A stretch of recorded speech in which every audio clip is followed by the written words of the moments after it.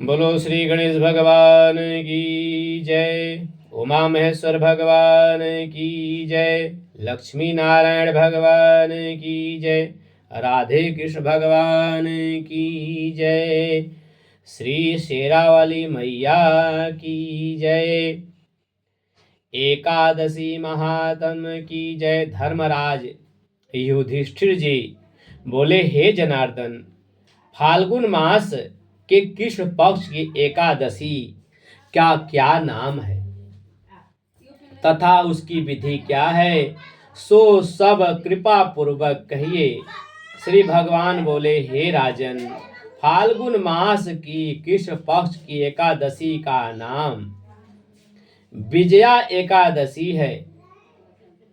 इसके व्रत के प्रभाव से मनुष्य को विजय प्राप्त होती है। यह सब व्रतों में उत्तम व्रत है। इस विजया एकादशी के महात्म के श्रवण व पठन से समस्त पाप नष्ट हो जाते हैं। एक समय देवर्षि नारद जी ने जगत पिता ब्रह्मा जी से कहा कि हे महाराज, आप मुझे फाल्गुन मास के कृष्ण पक्ष की विजया एकादशी के महात्म को श्रवण कराएं। इसके बारे में, इसके विधान को, इसके महात्म को आप हमें सुनाएं प्रभु। ब्रह्मा जी कहने लगे, हे नारद, विजया एकादशी का व्रत पुराने व नए सारे पापों को अंत कर देता है, नष्ट कर देता है। इस विजया एकादशी की विधि मैंने आज तक किसी को नहीं सुनाया। यह समस्त मनुष्यों को विजय प्रदान करती है। त्रेता युग में मर्यादा पुरुषोत्तम श्री रामचंद्र जी ने 14 वर्ष का जब वनवास को प्राप्त किया, तब वे श्री लक्ष्मण तथा सीता जी सहित पंचवटी में निवास करने लगे। वहां पर दुष्ट रावण ने जब सीता जी का हरण किया, तब इस समाचार से श्री रामचंद्र जी तथा लक्ष्मण अत्यंत व्याकुल हुए और सीता जी की खोज में घूमते घूमते जब वे मरणासन जटायु जी के पास पहुंचे, तो जटायु जी ने उन्हें सीता जी का वृतांत सुनाया और सीता जी का वृतांत सुना के जटायु जी का स्वर्गवास हो जाता है। बोलो श्री लक्ष्मी नारायण भगवान की जय। कहते हैं, जब सीता जी का वृतांत को सुनकर रामचंद्र जी को सीता जी की खोज के लिए व्याकुलता, उनकी व्याकुलता को देख के भगवान सुग्रीव की मित्रता उनसे होती है। जब सुग्रीव की मित्रता होती है, तो सुग्रीव का दुख निवारण बाली का वध करके श्री हनुमान जी की कृपा से, सहयोग से लंका में जाकर श्री हनुमान जी ने पता लगाया सीता माँ का, और सीता माँ का पता लगाने के बाद भगवान श्री राम जी को संदेश को सुना दिया। लेकिन लंका से पहले 100 योजन समुद्र, अगाध समुद्र को देख के, बानर भालू कि सारी सैन्य बल को देख के रामचंद्र जी सोच में बैठ गए। इस अगाध मगरमच्छ आदि जीव जंतुओं से अगाध सागर को हम कैसे पार करेंगे, इस सोच में रामचंद्र जी बैठे और लक्ष्मण जी से कहते हैं, लक्ष्मण, सीता हमसे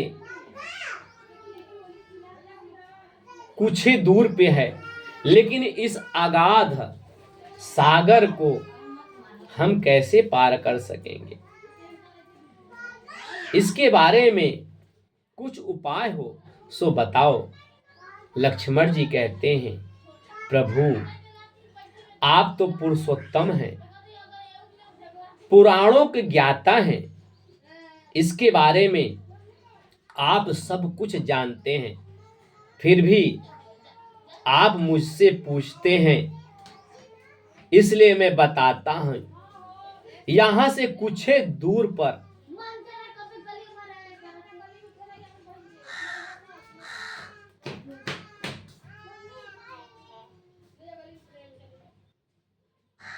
कुछ दूर पे वकलाद ऋषि का आश्रम है। वो पुराणों को ज्ञाता हैं, उनके पास जाके इस अगाध सागर को पार करने का हम कुछ उपाय पूछते हैं। लक्ष्मण की बात को सुनकर रामचंद्र जी वकलाद ऋषि के पास पहुंचे। वहां जाने के बाद ऋषिवर को दंडवत प्रणाम करते हैं। वकलाद ऋषि राम को अपने सम्मुख आके उनको सत्कार स्वागत करते हैं। कहते हैं, हे राम, आप हमारे सम्मुख आए हैं, किस कारण से? वकलाद मुनि की बात सुन के रामचंद्र जी कहते हैं, प्रभु मेरी भार्या सीता का हरण रावण कर ले गया है और लंका पे अपनी सेना बानर भालू आदि सैनिकों को लेके मैं आया हूं समुद्र तट पे, लेकिन ये अगाध सागर को हम कैसे पार करें? इसके उपाय के लिए मैं आपके सम्मुख आया हूं, इस पे मुझे कैसे विजय प्राप्त हो? वकलाद ऋषि कहते, हे राम, फाल्गुन मास के कृष्ण पक्ष की जो एकादशी आती है, आप अपने समस्त सैनिक दलों के साथ उस एकादशी का व्रत करें। व्रत के लिए एक कुंभ स्थापित करें, एक कलश स्थापित करें और एकादशी के दिन पूरे दिन भर व्रत करें, रात्रि को जागरण करें और प्रातः काल होते हुए उस कुंभ को किसी ब्राह्मण को दान करें। द्वादशी के दिन कुंभ दान करने के बाद विप्र को जिमाएं।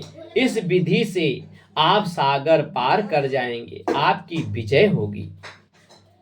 वकलाद ऋषि की बात को सुन के राम जी लक्ष्मण जी के सहित अपने सैनिक के साथ विजया एकादशी का व्रत किया। उस विधि से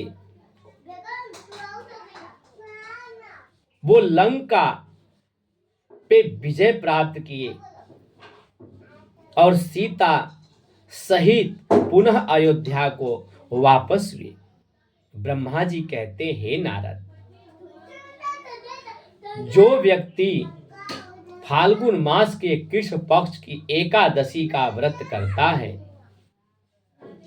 एकादशी में कुंभ दान करता है, ब्राह्मण को भोजन कराता है, ब्राह्मण को दक्षिणा देता है, उसे वाजपेय यज्ञ का फल मिलता है। जो इस कथा को पढ़ता है, सुनता है, सुनाता है, उसके कोटि कोटि जन्मों के पाप भी धुल जाते हैं इस विधि से। बोलो श्री लक्ष्मी नारायण भगवान की जय। एकादशी महात्म।